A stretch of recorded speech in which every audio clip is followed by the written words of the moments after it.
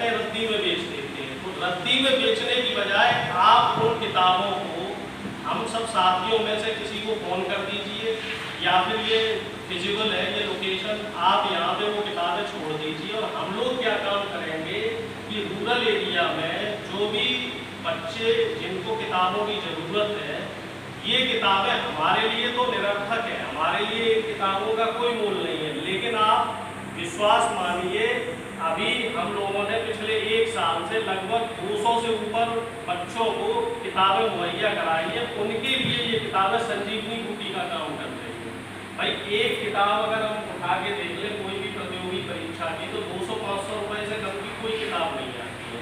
और जो बच्चा रूरल एरिया में है, जिसके फादर की मंथली इनकम ही 1000-1500 रुपये है, तो वो 200-500 रुपये की किताब नहीं ले सकता। और ग्रामीण परिवेश में बहुत सारे बच्चे सिर्फ इसी वजह से पढ़ाई से वंचित रह जाते हैं, क्योंकि उनको पठन पाठन सामग्री उनके पेरेंट्स मुहैया नहीं करा पाते हैं, या फिर वो उस सिस्टम तक नहीं पहुंच पाते हैं। तो एक सेगमेंट तो हमारा ये है जिसमें हम बच्चों को फ्री कैरियर काउंसलिंग सेशन देते हैं। अगर बच्चा पढ़ने लिखने में अच्छा है तो हम उसको आगे पढ़ाई करने में भी फाइनेंशियली हेल्प करते हैं। हमारे जो संरक्षक हैं अवनीश जी है, राव सज्जन सिंह जी है, बागपत में राव गंगा सरन जी है, उनके बीएड वाले हैं। तो इस बार 5-6 बच्चों की उन्होंने 1 साल की फीस माफ कर दी है।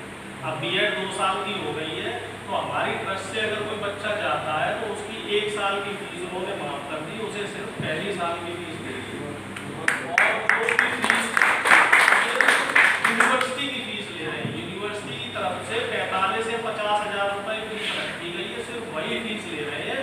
वो अपने यहाँ कोई ट्यूशन फीस नहीं है। आज वो किसी कारण से नहीं आ पाए, उन्हें आना था। इसके अलावा हम लोग रोजगार में भी लोगों की मदद करते हैं। HCL में पिछली साल हम लोगों ने लगभग 122-23 बच्चों को नौकरी दिलवाई थी। स्मार्ट वेज जो इंस्टीट्यूट है जहाँ पे हम लोग बैठे हैं, तो इस इंस्टीट्यूट का HCL से टाइप है। और जो भी BTech पास आउट बच्चा हो, किसी भी ब्रांच का हो, बच्चा पढ़ने में अच्छा है, बच्चे की इंग्लिश में ठीक ठाक पकड़ है, तो आप उनके बायोडेटा या तो आप यहाँ भेज सकते हैं, या हम में से किसी साथी को आप उसका बायोडेटा भेज दो, हम उसकी नौकरी लगवाएंगे। ये हमारी जिम्मेदारी है। और इसमें हमारी प्राथमिकता ये रहती है कि जो ज़रूरतमंद बच्चा है, जो फाइनेंशियली प्योर है, या जो मान लो जेन्युइन जिसको ज़रूरत है, तो उसको प्राथमिकता पे हम लोग रखते हैं। भाई हमारा उद्देश्य ये है कि जो भी मदद की जाए वो ज़्यादा से ज़्यादा ऐसे आदमी की मदद की जाए जिसे वाकई उस चीज़ की जरूरत है। रोजगार के अलावा हम लोग महिला सशक्तिकरण की दिशा में भी काम करते हैं। बहुत सी महिलाओं को हम लोगों ने नौकरी दिलवाई है। और कई जगह ऐसे सोशल कॉजेज में ऐसी दिक्कत आ जाती है कि कहीं महिला उत्पीड़न हो रहा है, खासतौर से जो हमारा समाज है पिछड़ा समाज माना जाता है। तो जो अर्बन एरिया है, छोटे छोटे शहर हैं या गांव है, तो वहाँ पे महिलाओं के साथ घरेलू हिंसा के बहुत सारे केस आते हैं। तो इसमें भी हम लोग यथासंभव मदद करते हैं उनको न्याय दिलवाने में।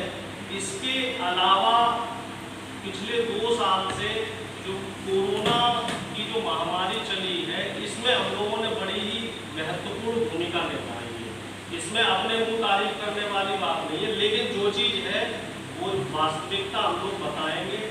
हमारे साथ सुशील यादव जी हैं, ओपी यादव भाई साहब हैं, पवन यादव जी भी आने वाले हैं। तो इन सभी लोगों ने नोएडा में पिछले साल लगभग 3 महीने रोज 4 से 5 हज़ार जरूरतमंद जो मजदूर तबके के लोग थे, जो बेरोजगार हो गए थे, उनको तीनों वक्त भोजन कराया नोएडा में। इसके अलावा और भी हमारे साथी थे, उन्होंने जगह जगह 200-500 लोगों के हिसाब से जैसे जिसकी कैपेबिलिटी थी गाजियाबाद में हम लोगों ने, मैं हूँ, किशन पाल जी, अमरीश यादव जी है, जय यादव जी है, संजय भाई साहब हैं, प्रशांत जी है, पीयूष जी है, हम सब लोगों ने सूखा राशन बांटा। हमारे पास फोन आते थे किसी को राशन चाहिए, बच्चों को दूध चाहिए, दवाएं चाहिए, तो वो सब काम हम लोग पिछले 2 साल से कर रहे हैं।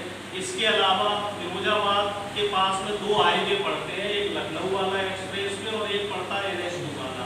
तो वहाँ पे अमित जी हमारे साथ हैं। अमित जी ने बराबर से और इधर से आ रहे थे तो उनको खाने का और पानी का वो लगातार पिछले साल इन्होंने लगभग 1 महीने अमित जी के सौजन्य से वो काम इसके अलावा ईस्ट यूपी में भी कई जिले में हमारी इकाई है। तो जहाँ जहाँ जो बड़े बड़े हाईवेज चलते थे तो उन हाईवेज पे हमारे लोग पानी और सादा जो दाल रोटी होती है या रोटी सब्जी है तो उसका इंतजाम हम लोग कराते रहे। इसके अलावा जो दूसरी सामाजिक जरूरत थी जिसको हम लोगों ने कोरोना के इस दूसरी लहर में देखा, ऑक्सीजन की कमी रही, आईसीयू बेड्स की कमी रही, प्लाज्मा की कमी रही, तो उसमें सुशील भाई साहब, ओपी भाई साहब और भी हमारे बहुत सारे साथी हैं जो आज नहीं आ पाए, सभी लोगों ने बढ़ चढ़ के मदद की। चाहे रात के 12 बजे हो, अगर हमने किसी को फ़ोन किया, हमारे पास कोई क्वेरी आई, एक क्वेरी तो बागपत से आई थी, सत्यजीत को भी मैंने फ़ोन किया था, सत्यजीत जी है, हाँ सत्यजीत, तो उनको क्या था कि वो लेडीज थी और वो शायद 7th मंथ प्रेग्नेंट और उनको आईसीयू बेड नहीं मिल पा रहा था। तो यहाँ सत्यजीत से भी मैंने बात की थी, तो शायद सत्यजीत ने या कोई और थे उन भाई साहब ने अभी बागपत में जो IAS है वो अपने राजकमल यादव जी है ना सर, उनकी मदद से उनको आईसीयू बेड का इंतजाम कराया था। तो एक तरीके से मान लीजिए कि 2 जाने बचाने का काम हम लोगों ने वहाँ किया। इसके अलावा मेरठ, नोएडा, गाजियाबाद और दिल्ली में तो हम लोगों ने अनगिनत लोगों को उस समय आईसीयू बेड और प्लाज्मा दिलवाने का काम किया। साथ ही यहाँ फोर्टिज हॉस्पिटल में एक 9th मंथ प्रेग्नेंट बहन थी, उसको प्लाज्मा की जरूरत थी, तो वो एक रेलवे में अपने भाई साहब में वो आज नहीं आ पाए, सुरेश यादव जी, उन्होंने तुरंत पहुँच के उनकी मदद की थी। तो इस तरह के काम हम लोग समय समय पे करते रहते हैं। इसके साथ ही एक रीवा का बच्चा है मनीष यादव, हम लोगों के साथ जुड़ा हुआ, फाइनेंशियली पुअर है। उसके परिवार में एक समस्या ये आ गई कि जैसे ही उनके परिवार का कोई सदस्य 18 वर्ष से ऊपर का होता है उसका ऑटोमेटिकली वजन कम होना शुरू हो जाता है। वो 3 भाई ऐसे हैं जो अनजान बीमारी से इस समय ग्रसित है। उनका पहले हम लोगों ने PGI लखनऊ में इलाज करवाया, वहाँ डॉक्टर्स ने जब मना कर दिया तो अभी दिग्विजय सिंह जी जो राज्यसभा सांसद है और विवेक तनखा साहब जो कांग्रेस से राज्यसभा सांसद है, इन दोनों की मदद से उनका एम्स में इलाज चल रहा है। एम्स में जब वो रिसर्च हुई तो उस रिसर्च के सैंपल जर्मनी पहुँचे हैं। तो जितना भी जो खर्चा आया था उसका वो खर्चा सारा इन्हीं लोगों ने दिया है। ठीक है, हम लोगों ने उनसे रिक्वेस्ट की थी मानवता के नाते आप थोड़ा सा मदद कीजिए, और अब ये बता रहे हैं, कल मेरी मनीष से बात हुई है, अगले महीने वो तीनों भाई, अब उनके पासपोर्ट का प्रोसेस चल रहा है, तीनों भाइयों को जर्मनी भेजा जाएगा सरकारी खर्चे। तो ये भी हम लोगों के लिए बहुत बड़ी उपलब्धि है। और हम तो ये कहते हैं कि एक जान का बहुत बड़ा मोल है, और पिछले 2 साल में हम लोगों ने अनगिनत जान बचाने का काम किया। इसके अलावा भिंड का एक बच्चा है हमारे साथ जुड़ा हुआ है, अंकित यादव, उसकी सिस्टर भी गर्भवती थी और उसे 6 यूनिट फ्रेश ब्लड चाहिए। और आप विश्वास कीजिए कि योगेश जी हमारे पास आने वाले हैं मुंडवा से, उन्होंने वो आर्मी से रिटायर्ड है, उन्होंने 6 फ्रेश यूनिट ब्लड का फर्स्ट डे इंतजाम कराया, फिर 1-2 यूनिट ब्लड और उन्हें ज़रूरत पड़ रही थी तो नेक्स्ट डे भी 3-4 यूनिट ब्लड का इंतजाम कराया। और वो जो काफ़ी क्रिटिकल थी उनकी सिस्टर, तो उनका इलाज हुआ। और इस समय जो डेंगू की महामारी चल रही है पिछले 1-1.5 महीने से, खास तौर से हम देखें आगरा वाली ग्रेड से, आइए सर, स्वागत है उत्तम यादव।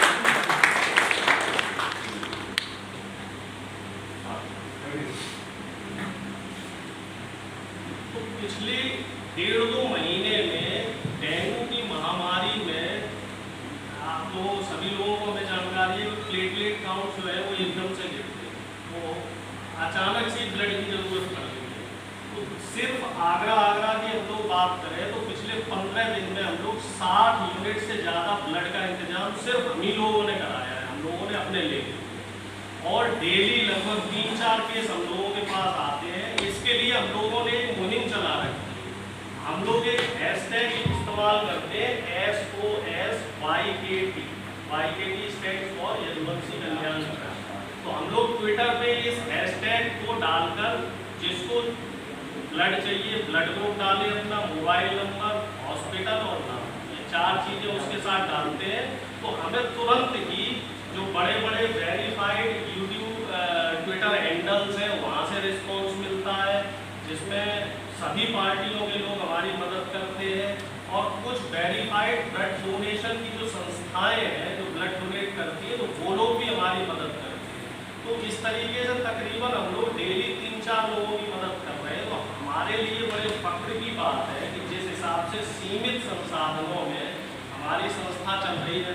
अभी हमारे साथ हरिओम भाई साहब बैठे हुए हैं, तो हरिओम भाई साहब के पिताजी को भी ब्लड की ज़रूरत थी और 2 रिश्तेदार, 2-3 रिश्तेदार थे, एक लोग फिरोजाबाद यहाँ पे फरीदाबाद में थे, एक सरगंगा राम में थे। तो हम लोगों ने तुरंत ही उत्तम सर और भी अपनी जो ट्विटर की टीम है, हम लोगों ने तुरंत ही उसको ट्विटर में सर्कुलेट करके जो यथासंभव मदद होती है वो करते हैं। सर को तो डायरेक्ट मुकेश शर्मा जी ने फ़ोन किया था, जो कांग्रेस से MLA रहे हैं, सर के पास फ़ोन आया था मुकेश सर का।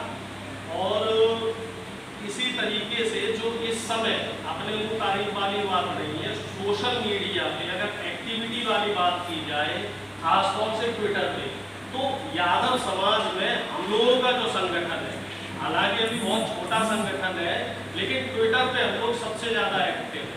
ट्विटर पे हमें सोशल मीडिया पर किसी भी इस तरह की किसी भी तरीके से अपने समाज का कोई व्यक्ति प्रताड़ित हो रहा है, राजनीतिक पार्टियां वहाँ नहीं पहुँचती है लेकिन हम लोग तुरंत पहुँचते हैं। उत्तम चाचा भी प्रयागराज गए थे, एक बच्चे को सिर्फ वो समाजवादी पार्टी को सपोर्ट कर रहा था, बीजेपी के कुछ गुंडों ने उसकी निर्मम हत्या सिर्फ ट्वीट की वजह से कि उसने समाजवादी पार्टी के समर्थन में एक ट्वीट किया था। बच्चे का नाम सोनू यादव, आप लोगों ने सुना भी होगा, 2-3 दिन हैशटैग चला था सोनू यादव को न्याय दो। तो उसमें उत्तम चाचा हमारी टीम को लेके 5-6 लोग हम लोग गए थे वहाँ पे।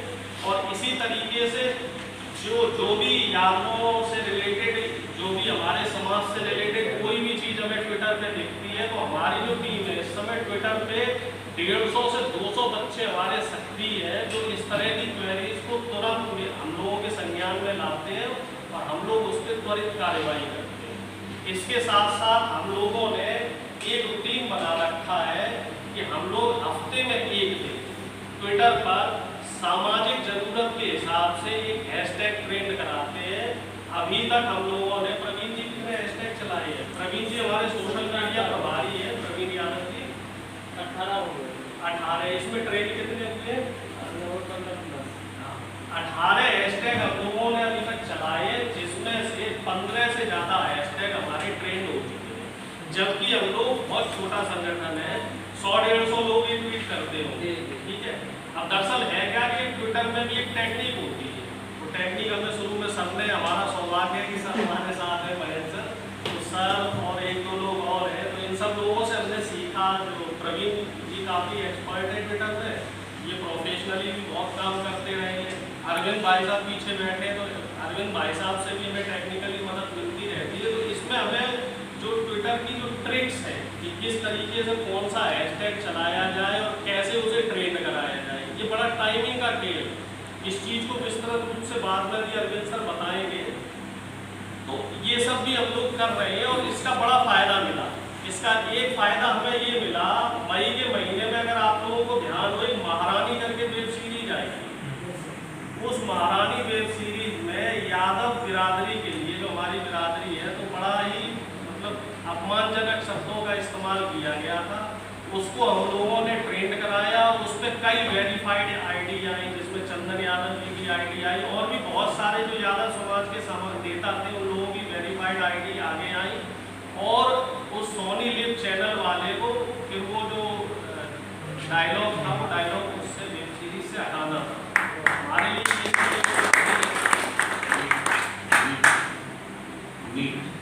इसके बाद जो नीट में ओबीसी आरक्षण की बात रही, तो इसमें बहुत सारे जो ओबीसी के सामाजिक संगठन थे उनके साथ हम लोगों ने भी इस मुहिम में ट्रेंड करवाया। 2-3 दिन ये ट्विटर पे ट्रेंड चला था और ट्रेंड चलने के बाद नीट में हम ओबीसी का जो रिजर्वेशन है, आप सभी लोगों को मालूम होगा, वो रिजर्वेशन खत्म कर दिया गया। उस रिजर्वेशन को फिर से सरकार को मानना पड़ा। इस समय हमें ये एक चीज माननी पड़ेगी, जो सोशल मीडिया की ताकत है इसको हम लोग नजरअंदाज नहीं कर सकते। ग्राउंड लेवल पे तो है ही है, लेकिन जो भारतीय जनता पार्टी की सरकार है ये सोशल मीडिया के सहारे ही आई। तो इस चीज को भी हमें ध्यान में रखना है। हमारा जो समाज है हम लोग कहीं ना कहीं सोशल मीडिया में भी पिछड़े हुए हैं, तो हमें इस पर भी एक्टिव होना होगा। जो सामाजिक मुद्दे आते हैं, सामाजिक मुद्दों में क्या चल रहा है, तो वो चीज़ें भी हमें ध्यान में रखनी चाहिए और इन पर भी हमें काम करना चाहिए। जैसे आज जो हम लोगों की गोष्ठी जो होनी है जिसमें मुद्दा है मयंसर है, तो इसमें हम लोगों ने 2 मुद्दे रखे हैं जो इस समय बड़े हम लोग कह सकते हैं कि बर्निंग टॉपिक है। एक तो ओबीसी रिजर्वेशन का टॉपिक है, उसमें सर बताएंगे कि किस तरीके से मौजूदा सरकार ओबीसी रिजर्वेशन को कमजोर करना चाहती है। और जो दूसरा हमारा टॉपिक है वो है जातिवाद जनगणना या जातिगत जनगणना, की जातिगत जनगणना होना क्यों जरूरी है। 1931 यानी कि ये मान लीजिए 90 साल हो चुके हैं और 90 साल से अभी तक जनगणना नहीं हुई है जातिगत। आप ऐसा देख लीजिए कि कांग्रेस की भी सरकार रही, मिलीजुली सरकार भी रही तीसरे मोर्चे की, और भारतीय जनता पार्टी की भी सरकारें रही, लेकिन किसी भी सरकार ने जरूरी नहीं समझा कि किस जाति की कितनी संख्या है उसके गिनती की जाए, उस पर चर्चा की जाए, उसके अधिकारों के लिए बात की जाए। मंडल कमीशन की जो सिफारिशें लागू हुई थी। नमस्कार भाई साहब, स्वागत है भाई साहब, नमस्कार, आइए। वीरेंद्र यादव भाई साहब आए, बहुत तहे दिल से मैं स्वागत करना चाह रहा हूँ। बागपत से आए भाई साहब और अपना एजुकेशन में हम लोगों के लिए फक्र की बात है कि एजुकेशनल इंस्टीट्यूट्स में भी हम लोग इस समय काफ़ी अग्रणी भूमिका निभा रहे हैं। तो भाई साहब की अपनी एजुकेशनल इंस्टीट्यूट्स है, भाई साहब से भी बात करेंगे।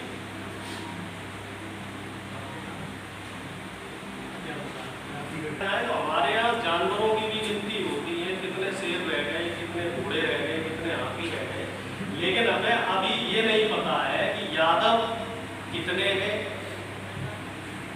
कुर्मी कितने हैं, या फिर किस जाति के लोग कितने हैं, और जो रिसोर्सेज है सरकार के रिसोर्सेज है उसमें किस वर्ग के लोग उन रिसोर्सेज को यूज कर रहे हैं। जैसे कहते हैं ना कि 90% से ज़्यादा लोग तो एक जाति विशेष के लोग जुडिशरी में है, ब्यूरोक्रेसी में। तो अगर जातिगत जनगणना हो जाती तो कम से कम हमें इन चीज़ों की जानकारी रहेगी। इस पर मैं बहुत ज़्यादा डिस्कस नहीं करूँगा क्योंकि ये सर का टॉपिक है, सर इस पर चर्चा करेंगे। और राजनारायण सर भी आ रहे हैं, राजनारायण सर भी आ रहे हैं, तो ये इन दोनों लोगों के मुद्दे हैं, तो यही लोग इस पर प्रकाश लाएंगे। आइए, इसमें अगर हम बात करें यूथ की, हम लोगों ने जो अपने संगठन में फोकस किया है वो हमारा फोकस प्रशांत सर से मैं डिस्कस किया था। Prashant ji government polytechnic college में प्रोफेसर है और जो हमारा जो यूथ विंग है या युवा इकाई है उसके संरक्षक है। प्रशांत जी की देखरेख में हमारी युवा इकाई की जो भी एक्टिविटी है वो प्रशांत जी की देखरेख में होती है, जिसमें डॉक्टर संजय यादव भी साथ में है और अरविंद सर भी साथ में है। अभी 1-2 लोग और हैं तो वो आज नहीं आए, डॉक्टर एमएन जी और पीयूष जी। तो ये 4-5 लोग हैं, इनकी देखरेख में युवा इकाई का जितनी भी एक्टिविटी है वो होती है, जिसमें यूपी और बिहार में उत्तम यादव सर है, तो ये अनुशासन समिति के भी अध्यक्ष हैं और संरक्षक भी है युवा इकाई के उत्तर प्रदेश और बिहार के। सर की देखरेख में भी ये काम चल रहा है। तो हमने यूथ को इस वजह से जोड़ा है कि युवा अगर जागरूक है, कहते हैं ना देश का युवा ही देश का भविष्य होता है। देश का जो युवा है, खासतौर से जो पढ़ने वाला बच्चा है, तैयारी करने वाला बच्चा है, तो उसको करंट मुद्दे अच्छे से पता होते हैं कि हमारे लिए क्या मुद्दे जरूरी है और किन चीज़ों पे हमारा भविष्य टिका होता है। तो युवा इकाई का हम लोगों ने जो विस्तार करना शुरू किया है, तो उसमें अभी हम लोग उत्तर प्रदेश में लगभग 52-53 जिलों में हमारा संगठन काम कर रहा है, जिसमें से तकरीबन 32 जिले में हम लोग सक्रिय रूप से काम कर रहे हैं, जहां हमारा संगठन 50 या 50 से ज़्यादा युवाओं का है। कुछ जिलों में अभी काम चल रहा है। थोड़ा सामाजिक संगठनों के साथ एक समस्या ये भी रहती है कि यहाँ मिलता कुछ नहीं है। राजनीतिक पार्टियों में तो लोगों को लालच रहता है कि साथ सरकार आएगी तो हमारी नौकरी लग जाएगी, हमें ठेके मिल जाएंगे, हमारा कोई व्यापार सेट हो जाएगा। ये रहती है कि इसमें ये एक तरीके से समझ लीजिए वन वे रोड है, यहाँ आपको देना ही देना है, यहाँ से आपको मिलता कुछ नहीं है। तो इस वजह से कुछ जिलों में हमारी सक्रियता कम है, लेकिन फिर भी जो सीमित संसाधनों को देखते हुए हम लोग अभी बहुत अच्छी तरीके से काम कर रहे हैं। मेन फोकस हमारा जो हमारे संगठन के उद्देश्य है, उन्हीं उद्देश्यों में हमारा और बाद में जो ना जब एक हफ्ता 10 दिन रह जाएंगे जो होगा वो दे देना, बाद में फिर लास्ट में जो हमारा आप लोगों से निवेदन ये है वो आप लोगों जितना सहयोग कर सकते हैं। फिजिकली तो हमें मालूम है कि फिजिकली आप लोग सभी लोग व्यस्त हैं, सभी लोग अपना जॉब कर रहे हैं, बिजनेस कर रहे हैं, तो मोरली जो सपोर्ट आप लोग कर सकते हैं वो हमारे युवाओं को सपोर्ट करें। ये सब आप ही के बच्चे हैं और आप लोगों का जितना सपोर्ट, जितना मोरली सपोर्ट आप लोगों का मिलता रहेगा, चाहे वो किसी बच्चे को मान लो नौकरी की ज़रूरत है या किसी बच्चे को काउंसलिंग की ज़रूरत है, गाइडेंस की ज़रूरत है, तो अगर आप लोग थोड़ा थोड़ा समय निकालते हैं, जैसे हम लोग जो कैरियर काउंसलिंग सेशंस देते हैं या अलग अलग टाइम पे हम लोग गूगल मीट पे भी कुछ सेमिनार्स करते हैं। एक बार सर ने भी सेमिनार में थे, तो अलग अलग मुद्दों पे हम लोग सेमिनार करते हैं। तो इस तरह की सेमिनार्स में मुझे उम्मीद है कि आप लोग जुड़ सकते हैं और आप लोगों का जो एक्सपीरियंस है, जो आप लोगों का गाइडेंस है, तो उससे मुझे ऐसा लग रहा है जो हमारे युवा हैं उन्हें बहुत फ़ायदा मिल सकता है। और इसमें साथ में 2-4 बातें और हैं जिनको मैं और आपके साथ डिस्कस करना चाह रहा हूँ। जैसे अभी ये जो किसानों का मुद्दा चल रहा है, मौजूदा सरकार ने जो कृषि बिल लगाए, तो इस पे भी जो हमारा संगठन है इसने उत्तर प्रदेश के कई जिलों में, तकरीबन 15-16 जिलों में गांव-गांव जाकर किसानों की चौपाल लगाई। कई ईस्ट यूपी जैसे जो इधर चूँकि गाजीपुर बॉर्डर पे ये आंदोलन चल रहा है, तो यहाँ जो आसपास 100 किलोमीटर का क्षेत्र है, यहाँ तो लोगों को जागरूकता है कि कृषि आंदोलन जो किसानों का है ये किस वजह से चल रहा है। लेकिन चूँकि मेन स्ट्रीम मीडिया इस चीज़ को नहीं दिखा रही है, मेन स्ट्रीम मीडिया किसानों को इस समय विलेन के रूप में दिखा रही है। अभी कल परसों का ही मुद्दा देख लीजिए, सिंघू बॉर्डर पर निहंग सिखों ने अपने ही किसी सिख भाई के साथ कुछ एक घटनाक्रम हुआ था, मीडिया में आप लोगों ने देखा होगा, और उस घटना को भारतीय जनता पार्टी के लोगों ने और बात की जाए मीडिया ने किसान आंदोलन से जोड़ा, जबकि उस घटना का किसान आंदोलन से कोई लेना देना नहीं है। कल भी वो निहंग सिखों के संगठन के जो मुख्य लोग थे उन लोगों ने ट्वीट करके बाकायदा बताया, लेकिन मीडिया उस चीज़ को नहीं दिखाती है। तो इस जागरूकता को भी कि भाई किसान आंदोलन हम लोगों का जो समाज है ज़्यादातर 60-70%, 70% से ज़्यादा लोग किसानी पे डिपेंडेंट है और छोटे छोटे किसान बहुत है हमारे यहाँ। तो इन चीज़ों को भी हम लोगों ने पीपीटी बना रखी है, प्रेजेंटेशन 10-12 पेज की, तो हम गाँव-गाँव जाकर उन किसानों को ये चीज़ समझाते हैं कि जो नए कानून, कृषि कानून लग रहे हैं तो उसमें हमारा क्या नुकसान है। इसमें जो प्रेजेंटेशन बनवाई थी वो हमने सत्यजीत जी की मदद से प्रेजेंटेशन बनवाई थी। सत्यजीत जी इस समय कृषि विभाग में नौकरी कर रहे हैं, तो इनकी भी हमें बहुत सारी मदद मिलती रहती है कि इस समय किसान जो कृषि विभाग है उसमें किस तरह की योजनाएं चल रही। तो इस पर भी एक बार हम लोगों ने प्रोग्राम किया था।